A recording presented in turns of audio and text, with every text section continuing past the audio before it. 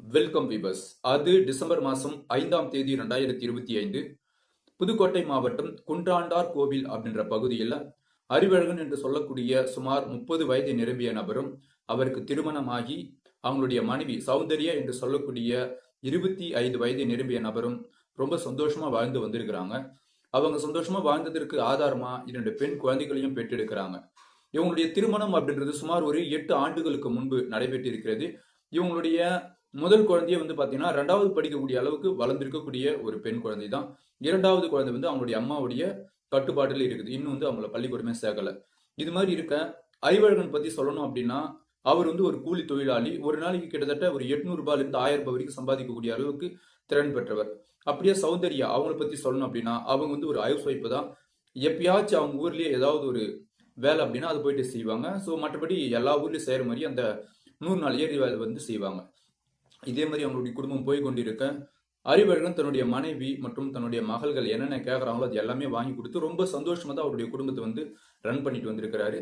அதே மாதிரி அறிவழகனுக்கு ஒரு கெட்ட பழக்கம் என்ன அப்படின்னா, சரகடிக்கிற பழக்கம் இருக்குது. இந்த சரகடிக்கிற பழக்கத்தால தான் தன்னுடைய குடும்பம் நடுத்தெருவுக்கு வரப்போகுது அப்படின்னு சொல்லி அறிவழகனுக்கு அப்போதெல்லாம் தெரியவே தெரியாது. ஸோ அதே மாதிரி அந்த சரகடிக்கக்கூடிய பழக்கத்தால தான் தன்னுடைய உயிர் நண்பனான பாலுவின் கையாலேயே தன்னுடைய உயிர் போக போகுது அப்படின்னு சொல்லி அறிவழகனுக்கு தெரியவே தெரியாது.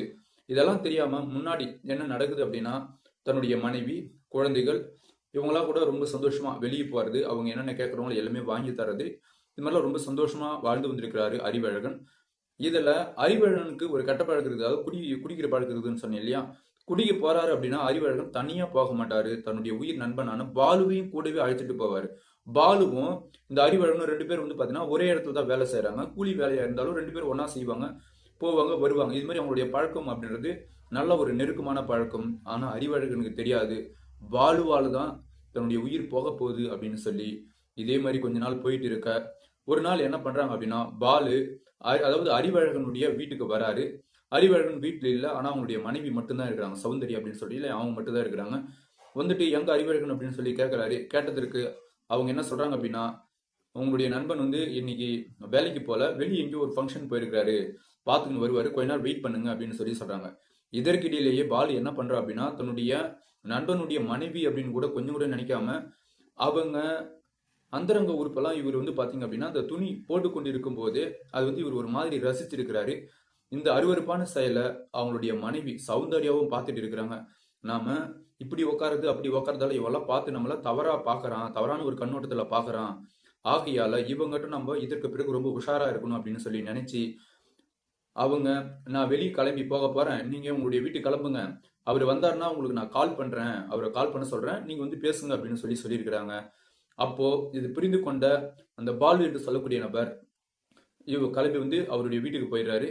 போயிட்டு ஒரு திரும்ப 2-3 நாள் கழித்து திரும்ப அறிவழகன் இல்லாத நேரத்திலேயே இவங்க வீட்டுக்கு வராங்க. நான் முன்னாடி சொன்ன சௌந்தர்யா ஹவுஸ் ஒய்ஃப்ல வீட்டுல தான் இருப்பாங்க.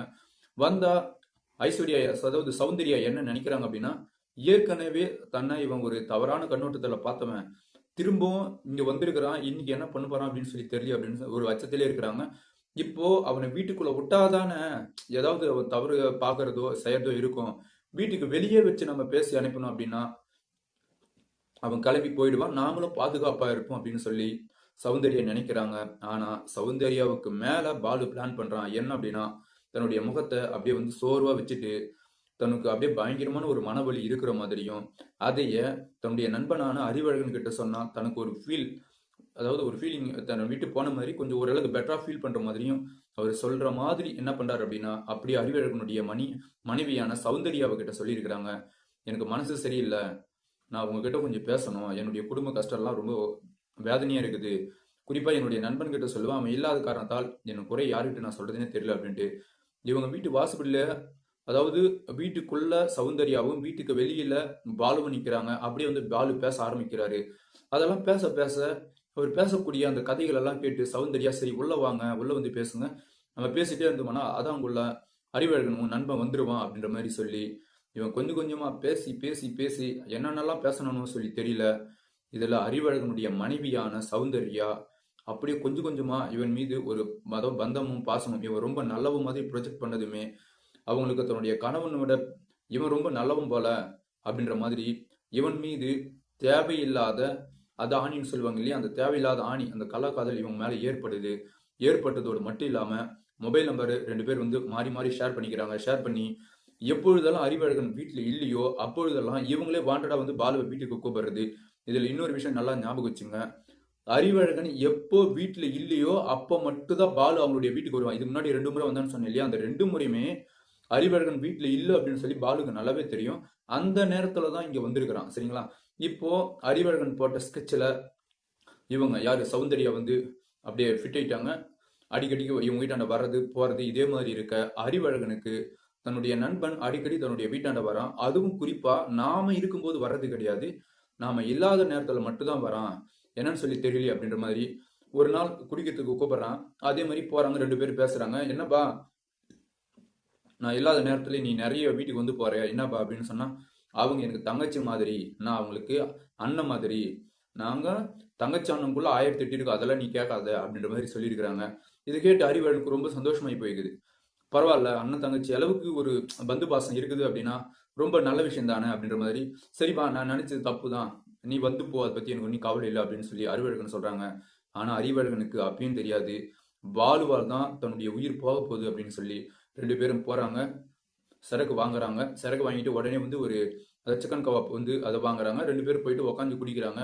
குடிச்சிட்டு திரும்ப 2 பேருமே, அதாவது அறிவழகனுடைய வீட்டே வந்துருக்கிறாங்க. அங்க வந்து கொஞ்ச நேரம் உட்காந்து பேசிட்டு கொஞ்ச நேரம் ஆனதும் பாலு வந்து கிளம்பி அவங்களுடைய வீட்டுக்கு போயிருக்கிறாங்க. அறிவழகன் வீட்டில் அவங்களுடைய மனைவி கிட்ட சாப்பாடு போட சொல்லிக்கிறாங்க, சாப்பிட்றாங்க. இதே மாதிரி போகுது.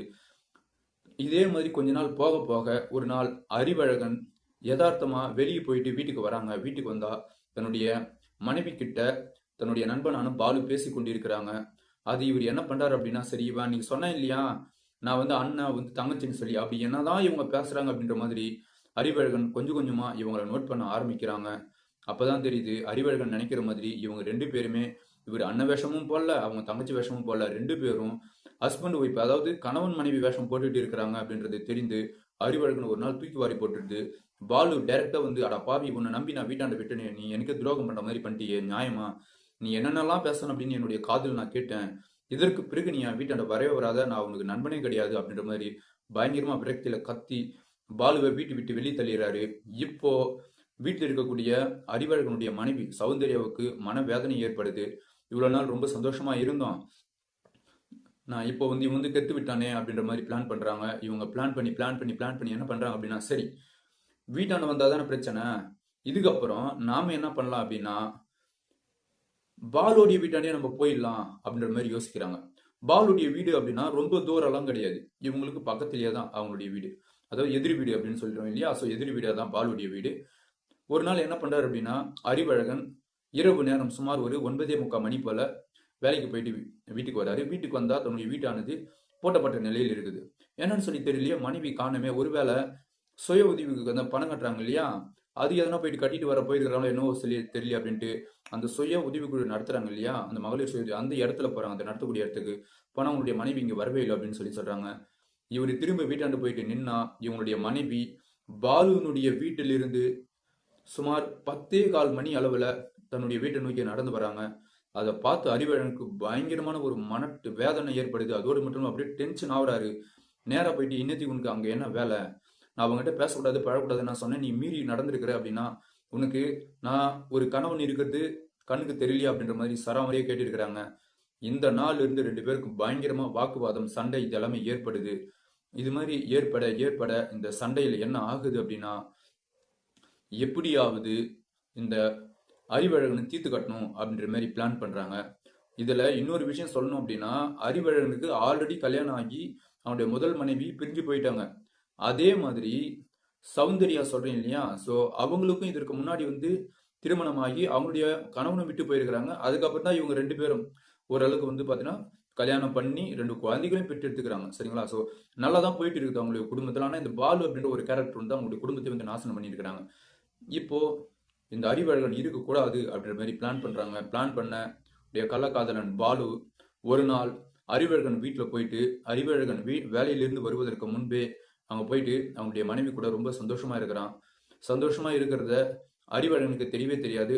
எப்பவும் போல வீட்டுக்கு வர மாதிரி வரான் அறிவழகன். வந்துட்டு ஷர்ட்டு இதெல்லாம் கட்டி வச்சுட்டு தன்னுடைய மனைவி கையில அவர் சாப்பிட மாட்டார். ஏன்னா அவர் நடந்து கட்ட அப்படின்றதால இவரே போயிட்டு சாப்பாடு போட்டு கொண்டு வந்து உட்காந்து சாப்பிட ஆரம்பிக்கிறாரு. சாப்பிட்டு முடிச்சுட்டு தூங்கலாம் அப்படின்னு போகும்போது எப்போவோ வாங்கி வச்சிருந்த ஒரு பாட்டில், சரக்கு பாட்டில் போயிட்டு எடுத்துன்னு வந்து நடு வீட்டிலே வச்சு குடிக்கிறாரு. குடிச்சதுமே கொஞ்ச நேரத்தில் இவருக்கு போதை அதிகமாகுது. இப்போ பாலு அந்த வீட்லயே மறைஞ்சிருக்கிறான். அறிவழகன் அங்கேயே குடிக்கிறான். அவனும் வந்து மது போதை ஏறி போகுது. இப்போ அறிவழகன் சரி இந்த போதையிலே போயிட்டு நம்ம படுக்கலாம் அப்படின்ற மாதிரி போயிட்டு படுக்க ஆரம்பிக்கிறாங்க. படுத்ததும் கொஞ்ச நேரத்துல அந்த போதையில ஒரு அறிவழகன் தூங்க ஆரம்பிக்கிறான். இப்போ அங்க வீட்டுல ஒளிந்து கொண்டிருந்த பாலு நேரா அறிவழகன் தூங்கி கொண்டிருக்கக்கூடிய அந்த அறையாண்ட வராங்க. வந்து அவங்களுடைய மனைவி யாரு சௌந்தர்யா சொன்ன இல்லையா, ஸோ அவங்களையும் கூப்பிட்டுன்னு 2 பேர் வந்து நின்று நீ கை காலை பிடிச்சுக்கோ, இவனை இதோட தீர்த்து கட்டிடலாம், இவன் உயிரோடு இருக்கிற வரைக்கும் நாம சந்தோஷமா இருக்க முடியாது, நமக்கு நம்மளுடைய சந்தோஷம் தான் முக்கியம், இவன் செத்து போயிட்டான் அப்படின்னா நீயும் நானும் ஒரு புது கல்யாணம் பண்ணிட்டு நம்ம ரொம்ப சந்தோஷமா இருக்கலாம். ஆக்சுவலா நான் முன்னாடி சொன்னேன் சௌந்தர்யாவுக்கு ஆல்ரெடி கல்யாணம் ஆகி அந்த ஒரு கணவன் போயிட்டான். இந்த ஆள் வந்து செகண்ட் கணவன் யார் அறிவழகன். இப்போ கள்ளக்காதல் வந்து 3வது கணவன். அப்போ அவங்களுடைய ஆசை அப்படின்றது ரொம்ப பெருசு போல. ஆகையால தான் 3 கணவன் அப்படின்ற மாதிரி அவங்க தோற்றமளிக்கிறாங்க. இதுல இவன் அறிவழகனுக்கு இது 2வது மனிதன். பட் ஆனால் இவங்க கிட்ட அவங்க வந்து ரொம்ப உண்மையா இருக்கிற மாதிரி தான் இருக்குது. இப்போ இவங்க 2 பேரும் அறிவழகன் தூங்கி கொண்டிருக்கக்கூடிய அந்த அறையினுடைய அறிவழகனுடைய தலைப்பகுதி, அதாவது தலைமட்டுக்கா வந்து நிக்கிறாங்க. நின்றுட்டு நீ கை காலை 2த்தையும் பிடிச்சுக்க, நான் இவனை சாகடிச்சிடறேன் அப்படின்ற மாதிரி பிளான் பண்றாங்க. பிளான் பண்ணதுல என்ன ஆகுது அப்படின்னா அறிவழகன் பக்கத்தில் இருந்த ஒரு துணியை எடுத்து ஸோ தன்னுடைய தலை மேல வச்சுட்டு அப்படியே திரும்ப படுக்க ஆரம்பிக்கிறாரு. அப்படியே கண் அசந்துட்டான், இதுக்கப்புறம் அவன் அவ்வளவுதான் நம்மளை கண்டுபிடிச்சிருவான் அப்படின்ற மாதிரி ரொம்ப பயப்படுறாங்க. கொஞ்ச நேரத்துல அவர் தான் போதையில் இருக்கிறாரு இல்லையா, பாலு பிளான் பண்றான் இவனை இன்னைக்கு கட்டாயம் தீர்த்து கட்டி ஆகணும் அப்படின்ற மாதிரி. ஸோ பக்கத்துல இன்னொரு துணி, அதாவது சால் சொல்லுவாங்க இல்லையா, தோல் மேல போட்டுப்பாங்க இல்லையா பெண்கள், அதை எடுக்கிறான். அறிவழகனுடைய கை கால்கள் எல்லாத்தையும் கட்டுறான். கட்டினதுல அறிவழகன் அந்த போதையிலே கை கால் கட்டது எதுவுமே தெரியாம அசந்து அவர் தூங்கிட்டே இருக்கிறாரு. இப்போ ஒரு சின்னதா ஒரு கத்தி எடுத்து லேசா அவங்களுடைய கழுத்து பகுதியிலலாம் அறக்க ட்ரை பண்றாங்க. அப்போ அவங்களுடைய மனைவி சௌந்தர்யா என்ன பண்றாங்கன்னா, கழுத்துக்கு அறுத்துற போற, ரத்தம் வெளியே வந்துச்சு அப்படின்னா கண்டுபிடிச்சிருவாங்க, நீ என்ன பண்ற அப்படின்னா கழுத்து பகுதியில போட்டு கையில பிடிச்சி அழுத்து அவன் சாகட்டும் அப்படின்ற மாதிரி பிளான் பண்றாங்க. இந்த பிளான்ல என்ன ஆகுது அப்படின்னா சௌந்தர்யாவே ஒரு சின்னதா ஒரு கரண்டி மாதிரி உனக்கு எடுத்து அவங்களுடைய கழுத்து மேல வச்சிருக்கிறாங்க, சாவு சாவு அப்படின்னு சொல்லி. அந்த அடையாளம் எல்லாமே அப்படியே தெரிஞ்சிருக்குது அந்த அடையாளம்.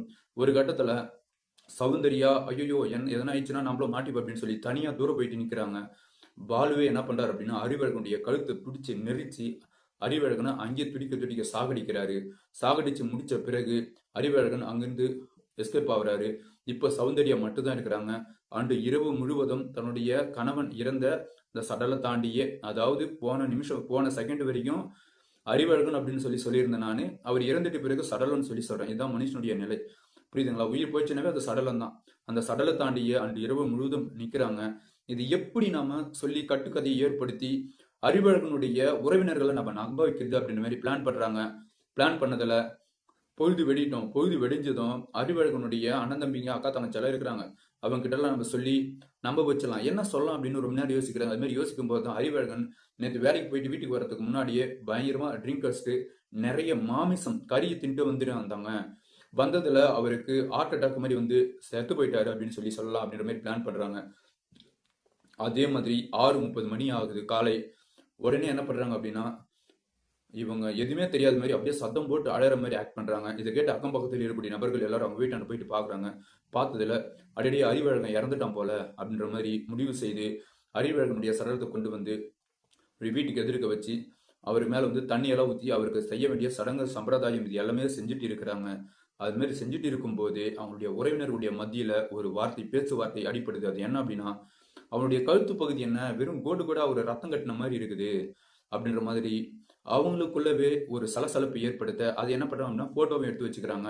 இப்போ அறிவழகனுக்கு செய்ய வேண்டிய சடங்கு சம்பிரதாயம் எல்லாமே செய்து முடித்து அவனுக்கு கொண்டு போயிட்டு அடக்கமும் பண்ணிடுறாங்க. இருந்தாலும் அந்த 16 நாள் இருக்குது இல்லையா, அவருக்கு அந்த காரியம் எல்லாம் செய்யணும் இல்லையா, அது மாதிரி காரியம் நடத்தணும் அப்படின்னு அந்த பேச்சுவார்த்தை அடிப்படும் போது ஒரு நபர் என்ன சொல்லியிருக்கிறாருன்னா, அநியாயமா அவனை கொலை பண்ணிட்டீங்க, அவன் கழுத்தெல்லாம் பாரு அப்படியே அடையாளம் இருக்குது, யாரோ அவன் கழுத்தை நெரிச்சு தான் சாவச்சிருக்கிறாங்க அப்படின்ற மாதிரி சொல்லும் போது இதை கேட்ட ஐஸ்வர்யாவுக்கு முகம் மாற ஆரம்பிக்குது. அடடா இவ என்னவோ பண்ணிருக்கிறா அப்படின்னு சொல்லி இன்னொரு நபர், அதாவது அறிவழகனுடைய உறவினர், அவர் என்ன பண்றாரு அப்படின்னா இவளை எப்படியாவது இவளுக்கே தெரியாம வாட்ச் பண்ணா இந்த இறந்த சம்பவம் எப்படி நடந்தது அப்படின்னு கண்டுபிடிச்சலாம் அப்படின்ற மாதிரி ஐஸ்வர்யா, அதாவது சௌந்தர்யாவினுடைய மொபைல் போனை வாங்கி அதுல வந்து பண்ணா ஆட்டோ கால் ரெக்கார்டு வந்து போடுறாரு. போட்டு இதுல ஏதாவது உண்மை எதுனா சிக்குமா அப்படின்னு சொல்லி நினைக்கிறாரு. அவர் நினைச்ச மாதிரியே அதாவது கொஞ்ச நாள் போகுது. போனதும் இந்த சௌந்தர்யா என்ன பண்றாங்க அப்படின்னா, அவங்களுடைய அப்பா அம்மா கிட்ட பேசுறாங்க. பேசும்போது அவங்க என்ன சொல்றாங்க அப்படின்னா, ஆமா, என்னுடைய கணவனை நானும் பாலு 2 பேரும் சேர்ந்து தான் கொலை பண்ணோம். அதுக்கு என்ன ட்ரை பண்ணி எனக்கு இவங்க கூட வாழவே பிடிக்கல, நான் பாலு கல்யாணம் பண்ணிக்கலாம்னு இருக்கின்ற மாதிரி இவங்க பேசுறாங்க. இந்த வாய்ஸ் வந்து அப்படியே ரெக்கார்ட் ஆகுது. இந்த ரெக்கார்டை வச்சு அப்படியே கொண்டு போயிட்டு போலீஸ் கிட்ட கொடுத்து அவங்க மேல வந்து கொலை கேஸ் பதிவு பண்ண சொல்லி ஒரு வழக்கு கேஸ் ஒன்று கொடுக்குறாங்க.